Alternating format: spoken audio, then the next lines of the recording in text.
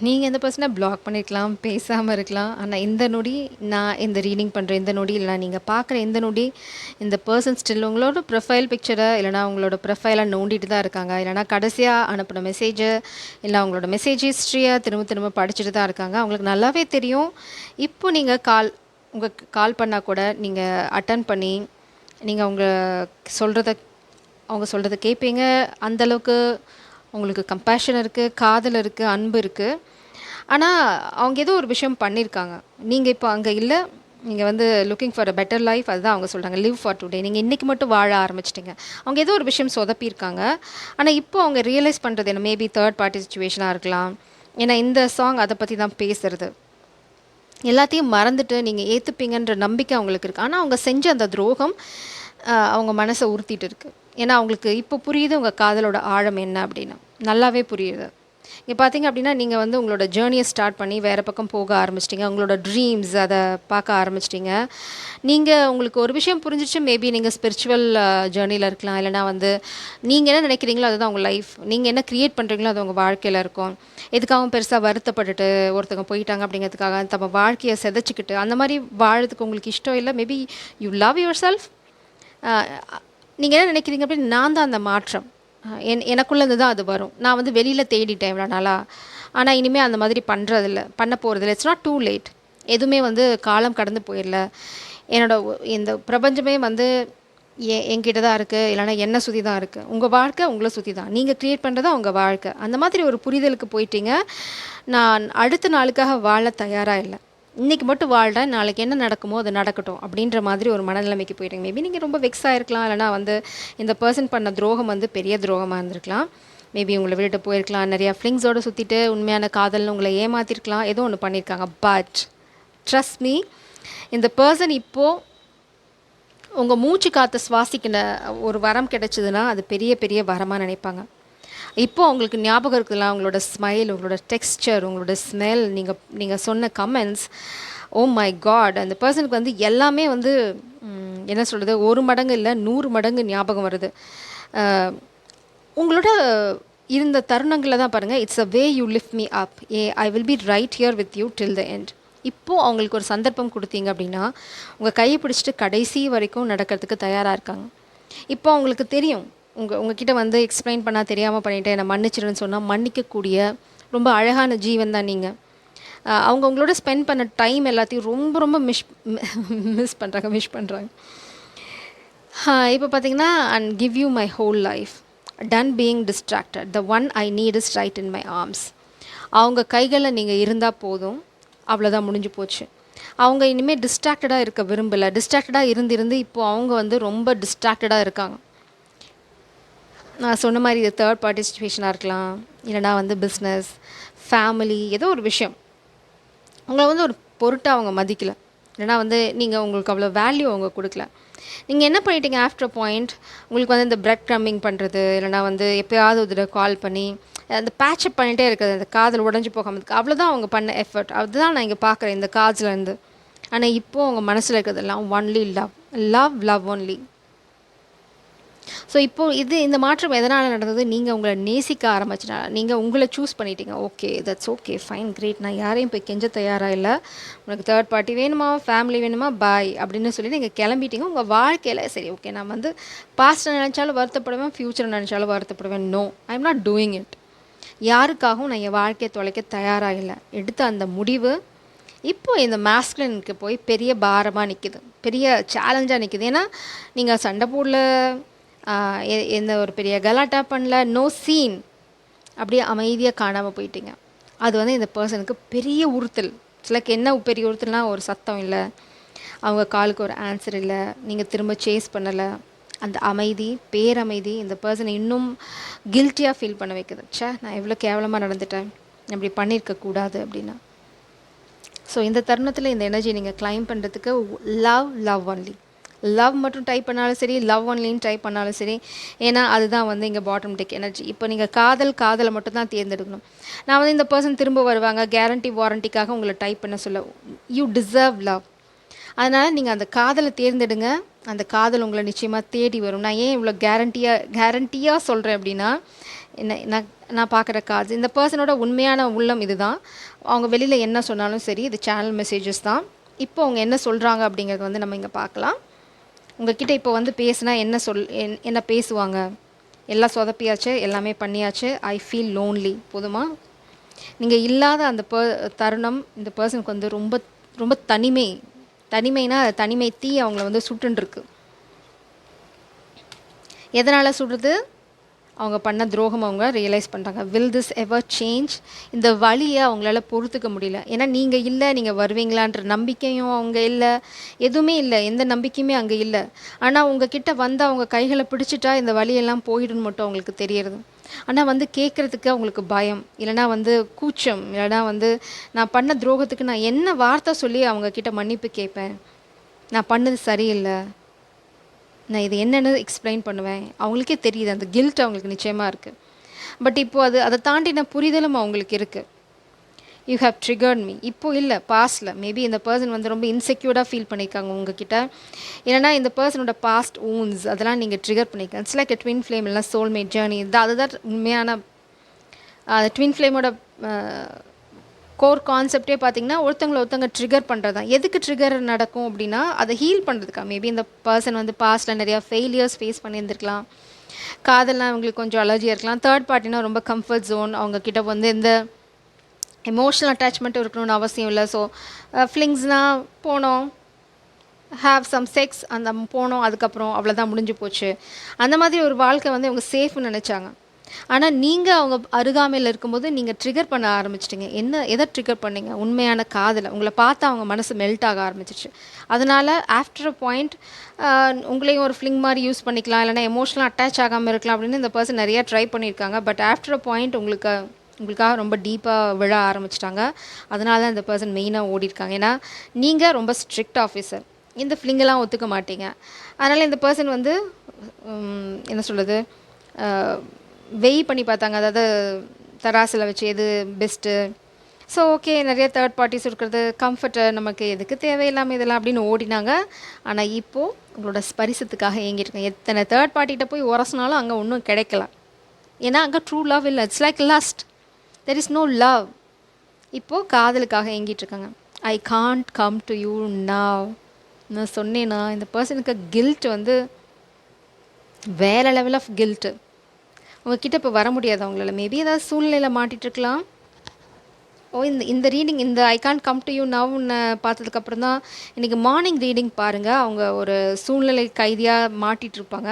ஆனால் பிரபஞ்சம் அவங்கள என்ன செய்ய போகிறாங்கங்கிறது அந்த ரீடிங்கில் இருக்கும். Go and watch and enjoy. Actually you deserve that reading. இங்கே பார்த்தீங்கன்னா உங்ககிட்ட வர முடியாது. இப்போ என்னால் உங்ககிட்ட வர முடியாது. ஏன்னா எந்த முகத்தை கொண்டு வந்து வரதுன்னு அவங்களுக்கு தெரியல. இதுக்கு வந்து ஒரு சொல்யூஷன் அவங்க இன்னும் கண்டுபிடிக்கல. இல்லைனா வந்து உங்ககிட்ட வந்து மன்னிப்பு கேட்டு அதை அடுத்த ஸ்டேஜுக்கு எடுத்துகிட்டு போகிற சூழ்நிலையிலையும் அவங்களுக்கு இல்லை, வெறும் மன்னிப்பு மட்டும் கேட்டால் அது சரியாக இருக்காது. ஓ மை காட், இங்கே பாருங்கள், நான் சொன்னதே தான். You are too nice, I don't deserve your kindness. நீங்கள் அவ்வளோ அன்பானவங்க. அதான் நான் சொன்னேன், நீங்கள் வந்து சண்டை போடல, எதுவும் பண்ணல, சச் அ ஸ்வீட் ஹார்ட். நீங்கள் அமைதியாக போயிட்டீங்க. ஓகே, உனக்கு தெரிஞ்சதை நீ பண்ணிட்ட, தட்ஸ் ஓகே, ஃபைன், கிரேட். நான் என் வாழ்க்கையை பார்க்குறேன், உன்னை துரத்த நான் தயாராக இல்லை. இட்ஸ் லைக் அந்த ஃபெமினன் எனர்ஜியை அப்படியே கையில் எடுத்துகிட்டு அப்படியே சிங்கப்பெண் மாதிரி கிளம்பி போயிட்டீங்க. வா, பியூட்டிஃபுல்.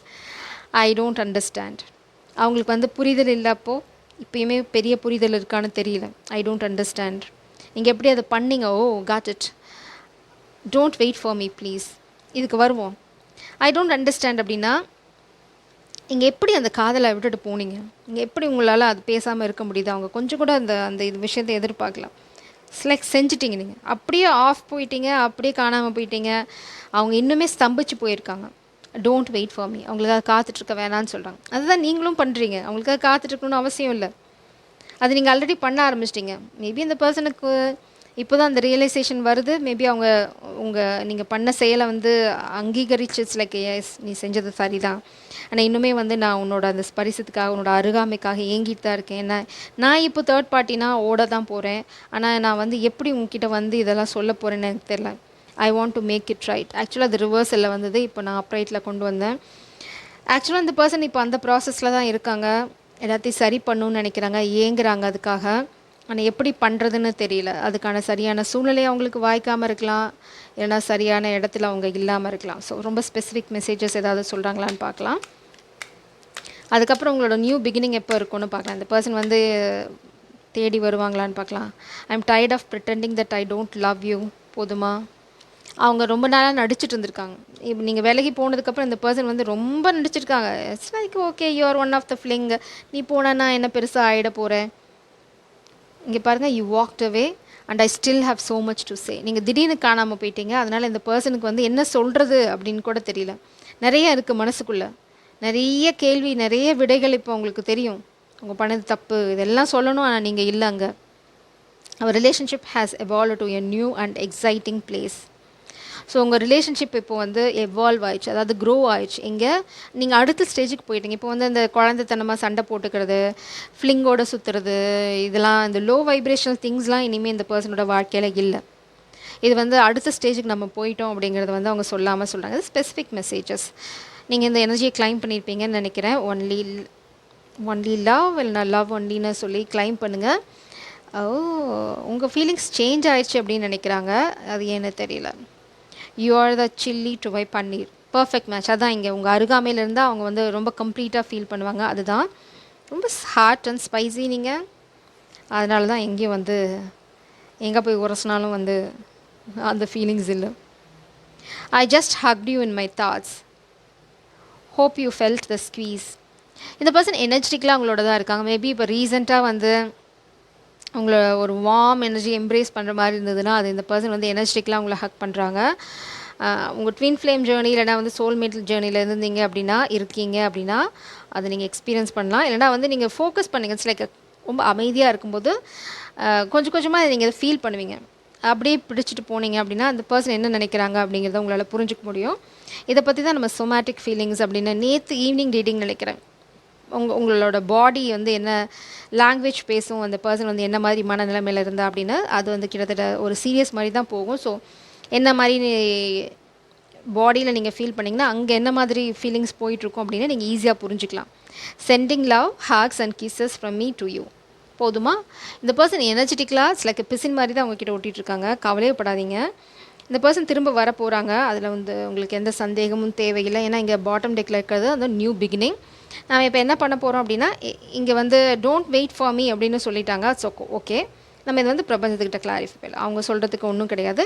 பிரபஞ்சம் தான் இங்கே முடிவு பண்ண போகிறாங்க. அவங்களோட விதி என்னமோ அதுதான் நடக்கும் இல்லையா? விதிக்கப்பட்டிருந்தா எவ்வளோ தூரம் போனாலும் சரி அவங்க திரும்ப உங்ககிட்ட வந்து தான் ஆகணும். ப்ளீஸ் பெருஸ் don't wait for me, please clarify that. என்னென்னு வாவ் த ஸ்ட்ரென்த். இந்த பர்சன் நிச்சயமாக ஒரு பெரிய டார்க் எனர்ஜியை ஃபைட் பண்ணிட்டுருக்காங்க.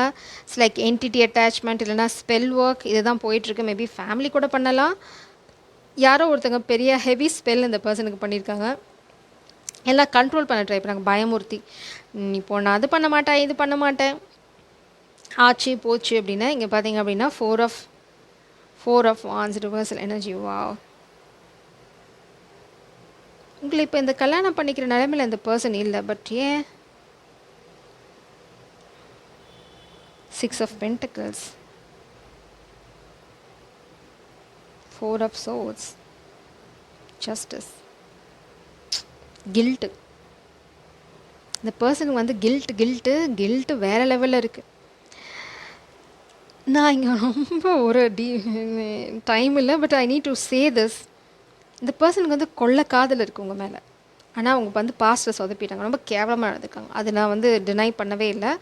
நீங்கள் வந்து வெறுத்துட்டீங்க. லைக் நீ எல்லாம் ஒரு ஜென்மமா, எப்படி உன்னால் இதெல்லாம் பண்ண முடியுது காதலிக்கிறேன்னு சொல்லிட்டு அந்த மாதிரி ஏதோ ஒரு விஷயம். லைக் தேர்ட் பார்ட்டிக்கிட்ட போயிருக்கலாம். நான் சொன்ன மாதிரி ஃப்ளிங்ஸ் இல்லை செக்ஷுவல் ரிலேஷன்ஷிப், ரொம்ப அக்கிரமம், என்ன சொல்லுது, அட்டுழியத்தோட உச்சக்கட்டம் எல்லாமே பண்ணியாச்சு.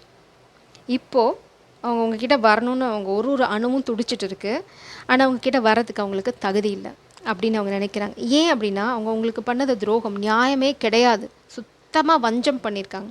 ஜஸ்டிஸ் ரிவர்ஸில். ஸோ இந்த பர்சன் வந்து பெரிய துரோகத்தை பண்ணியிருக்காங்க, அதுவும் பச்சை துரோகம். அது உங்களுக்கு நல்லாவே தெரியும். 4 of Swords, ரெஸ்ட்லெஸ், நிம்மதியே ஒரு பைசாக்கு இந்த பர்சனுக்கு கிடையாது. தூக்கம் அல்ல. ஏன்னா அவங்களுக்கு பண்ண அந்த துரோகம் வந்து அவங்க மனசில் நிழலாடிட்டே இருக்குது. அதே சமயம் இன்னொரு விஷயம் அவங்களுக்கு நிழலாடுறது என்ன அப்படின்னா அந்த துரோகத்தை மட்டும் அவங்க பண்ணாமல் இருந்திருந்தாங்கன்னா இப்போ உங்களோட எவ்வளோ சந்தோஷமான ஒரு வாழ்க்கையை அவங்க அனுபவிச்சுட்டு இருந்திருப்பாங்க. இந்த மாதிரி ஒரு கடல், ஒரு கிஸ், ஒரு ஹாக், ரொம்ப பியூட்டிஃபுல்லான. ஏன்னா நீங்கள் ரொம்ப லாயல், ஸ்வீட்டாக நீங்கள் பாருங்கள், you are too nice, I don't deserve your kindness, you're such a beautiful soul.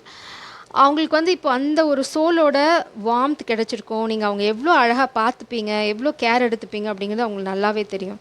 But இதெல்லாம் தொலைச்சது எதனால்? அவங்களோட கேர்லெஸ்னஸ். அவ்வளோதான். 6 ஆஃப் பென்டிகிள்ஸ் உங்களுக்கு கொடுக்குற மரியாதை, பிரெட் க்ரம்மிங், நான் சொன்ன மாதிரி தான். இதே தான் திரும்ப திரும்ப பண்ணி உங்களை வந்து இந்த கனெக்ஷனே வந்து உடச்சிட்டாங்க சுக்கலாக.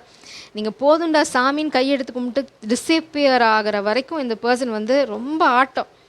மேபி நீங்கள் போக மாட்டீங்கன்னு நினச்சிருக்கலாம், இல்லை நீங்கள் அவ்வளோ ஒர்த் இல்லைன்னு நினச்சிருக்கலாம். இப்போது சென்டிங் லவ், சென்டிங் ஹக்ஸ் இங்கே காற்று வழியாக. ஸோ இதுக்கு மேலே உங்கள் கையில் தான் இருக்குது. You need to trust the process. ஏன்னா இங்கே வந்து உங்களோட விதி என்னமோ அதுதான் நடக்கும். இதுக்கு மேலே நீங்கள் என்ன பண்ணுவீங்கன்னு எனக்கு தெரியாது. பட் இந்த பர்சன் கூடிய சீக்கிரம் உங்ககிட்ட வந்து சொல்ல போகிறாங்க. அதுக்கான ஸ்ட்ரென்த்தை பிரபஞ்சம் அவங்களுக்கு கொடுப்பாங்க. ஜெய் சாரம், காட் பிளஸ் யூ.